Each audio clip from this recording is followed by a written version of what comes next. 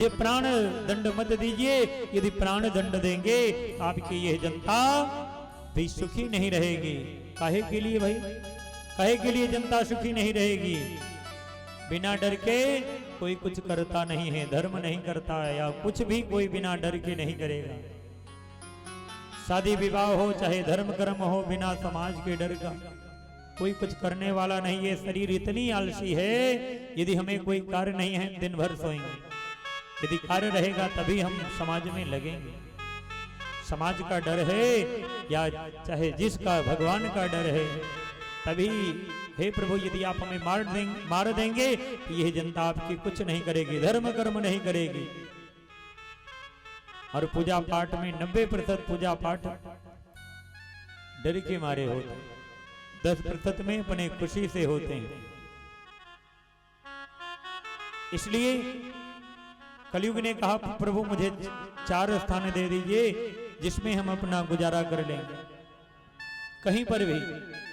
तो महाराज सबसे गंदा स्थान 4 स्थान महाराज परीक्षित ने दिया है। कहा? जहां लोग जुआ खेलते हैं वहां कलयुग का वास हो, जहां वैश्यालय हो वहां कलयुग का वास हो, जहां नरक हो, जहां कोई नहीं जानना चाहता है वहां पर कलयुग का वास हो। और इसके बाद में 4था स्थान सोने पर दे दिया और सोने का मुकुट पहने थे महाराज परीक्षित। उसी मुकुट में तुरंत ही जाकर के वह कलयुग वास कर गए। और महाराज इतना कह करके शिकार खेलने के लिए गए, शिकार नहीं पाए, माथा झुलाया। एक महर्षि के शमीक मुनि के आश्रम में गए, प्यासे हुए थे। शमीक मुनि तपस्या कर रहे थे और जो ही 2 बार जल मांगा, मुनि जल दो, लेकिन महाराज शमीक मुनि तप में थे, सुन नहीं पाए।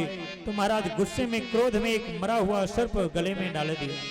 और गले में मरा हुआ सर्प डाल दिया तो क्या हुआ? और जो ही घर गए और सोने का मुकुट उतारा तो कलयुग का वास सर से उतर गया और तब पछतावा हुआ। इतने में क्या हुआ? तुरंत ही एक शिष्य जाकर के शमीक मुनि के पुत्र महाराज सिंह ऋषि को जाकर के बुला करके कहता है कि हे भैया, आज गुरुदेव जी को किसी राजा ने मरा हुआ सर्प गले में डाल दिया। अब तो महाराज क्रोध की आकाशा हो गई है। गंगा तट पर खेल रहे थे श्रृंग ऋषि और श्राप दे दिए। इतलंघितो मर्यादा तक्षका सप्तमोहने व्याक्षत श्रुत कुलंघारम चोदते में तत ब्रह्मम। आज श्राप दे दिया कि आज के 7वें दिन जो सर्प को उसने मेरे पिता के गले में डाला वही सर्प उसको काट लेगा और उसकी मृत्यु हो जाएगी। और दौड़ करके आए हैं शमीक मुनि के पास में महाराज सिंह ऋषि, पिता के गले से सर्प निकाल करके और रोने लगे। बात पूछा तो श्राप देने की बात बता दिया। और इधर क्या हुआ?